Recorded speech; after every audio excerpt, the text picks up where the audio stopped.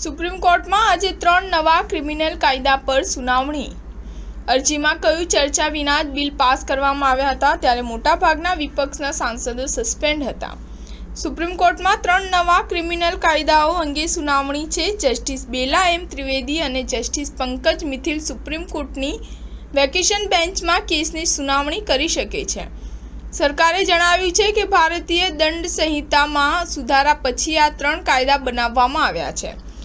Advocate વિશાલ તિવારીએ ત્રણેય કાયદાઓને લઈને અરજી દાખલ કરી છે, જેમાં કહેવામાં આવ્યું છે કે આ ત્રણેય બિલ સંસદમાં ચર્ચા વિના પસાર કરવામાં આવ્યા હતા, તેમજ તે સમયે વિપક્ષના મોટાભાગના સાંસદોને સસ્પેન્ડ પણ કરવામાં આવ્યા હતા।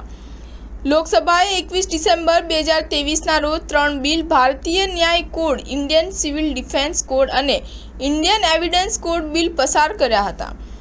આ બિલો પર રાષ્ટ્રપતિ દ્રૌપદી મુર્મુએ 25 ડિસેમ્બરે હસ્તાક્ષર કર્યા હતા। 1 જુલાઈ 2024થી 3 નવા ક્રિમિનલ કાયદા અમલમાં આવશે। સરકારે 24 ફેબ્રુઆરી 2024ના રોજ આને લગતું નોટિફિકેશન બહાર પાડ્યું હતું, એટલે કે ભારતીય દંડ સંહિતાની જગ્યાએ ભારતીય ન્યાય સંહિતા લાગુ કરવામાં આવશે। ક્રિમિનલ પ્રોસિજર કોડની જગ્યાએ ભારતીય નાગરિક સંરક્ષણ સંહિતા લાગુ કરવામાં આવશે અને એવિડન્સને એક્ટના બદલે ભારતીય પુરાવા અધિનિયમ લાગુ કરવામાં આવશે।